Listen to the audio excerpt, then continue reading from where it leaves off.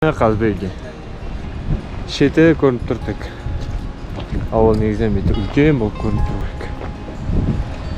Мынаны қараңыздар, қандай әдемі.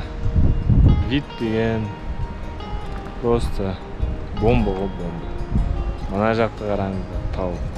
Мына жақ Қазбеги. Барлығы әп-әдемі, мықты.